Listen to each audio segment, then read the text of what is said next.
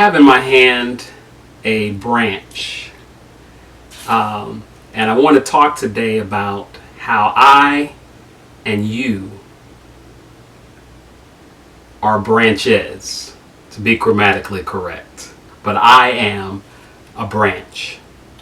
And this one I pulled out of our orchard. If you know the size of houses and lots in Houston, you know I don't have an orchard, but my wife planted this. And just let me say, I know by now you've heard of what happened with Jackie, and we yet solicit your prayers, but I want you to know, we know, because of your prayers and because the Father loves her with an everlasting love, she's going to come out of this, and her latter days, our latter days, are going to be greater than the former. But I want to read in your hearing John chapter 15. We're going to continue to broadcast. Nothing can stop us. Devil, you can't stop us. It says, I am the real vine, and my Father is the farmer. He cuts off every branch of me that doesn't bear fruit, bear grapes.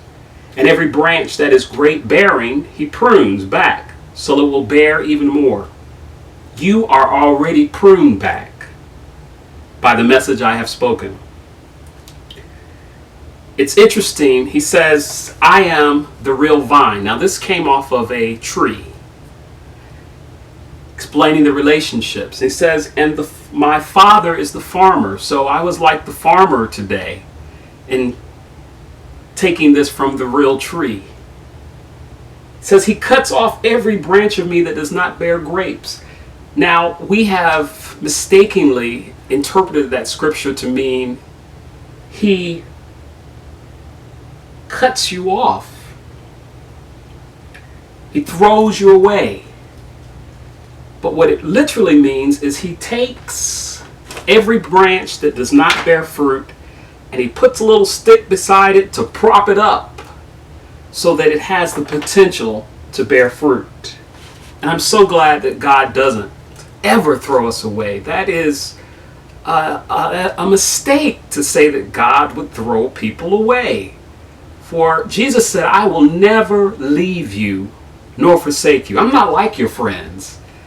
I will never throw you away. But he says, in every branch that is grape bearing, he prunes back, so it will bear even more fruit. What that means is, since you're bearing fruit in your season, I'm going to just do some snipping so that you can bear more fruit. Which leads me to, my wife oftentimes asks me when I read things like this, what did it say to you? He says, you are pruned back by the message I have spoken to. You are watered even by the word that I have spoken to you. So yeah, I need to be pruned. Every plant needs to be pruned. It needs water in order to produce. And in this age and time where people think they are human doings instead of human beings, the one thing he wants us to do is right here. He says, live in me. Make your home in me, just as I do in you. In the same way that a branch can't bear grapes by itself, but only by being joined to the vine. You can't bear fruit unless you are joined to me.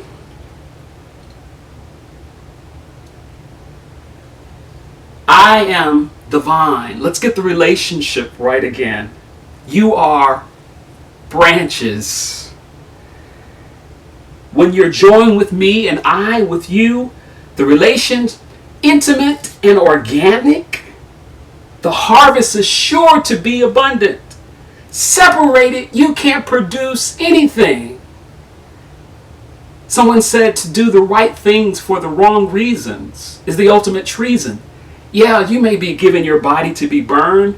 You may be feeding the poor. You may be feeding the hungry.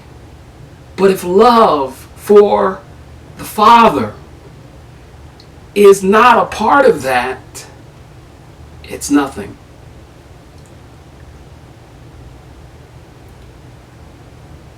Separated, you can't produce a thing. Anyone who separates from me is dead wood, gathered up and thrown in the bonfire. People are anxious today, full of anxiety, full of cares, because they're not connected to the vine, not protected and cared for by the Father. They're being burned up with stress and anxiety. I was talking to a brother just the other day in the hospital room with my wife, who was wearing a Black Lives Matter, bracelet. So I commented on it. I said, "Oh, you got your Black Lives Matter bracelet on?" He's like, "Yeah." And I said, "A lot of stuff is going on out there, ain't it?" He's like, "Yeah." I said, "Do you realize that in 1918, we had a worldwide flu that took 50 million lives?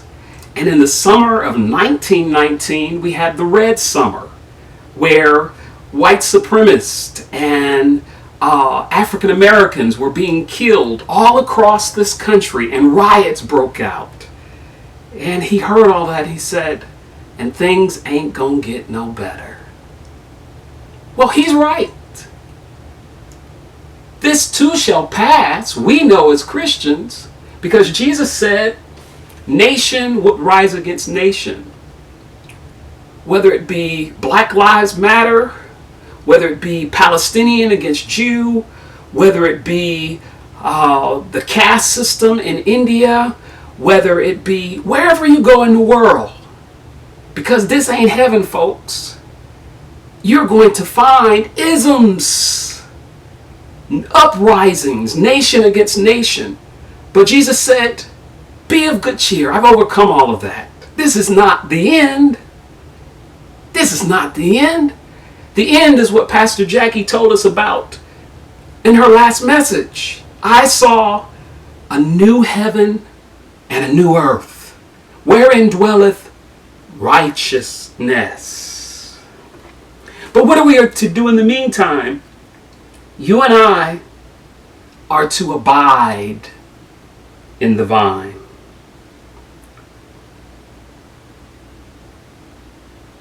So the cure for anxiety, even in 2020, when the world seems to be upside down, when your wife is in the hospital, when you don't know where your next paycheck is coming from, when you're having to stand in lines, wearing masks at 6 feet apart because of a pandemic. The cure for all of that is to abide in me.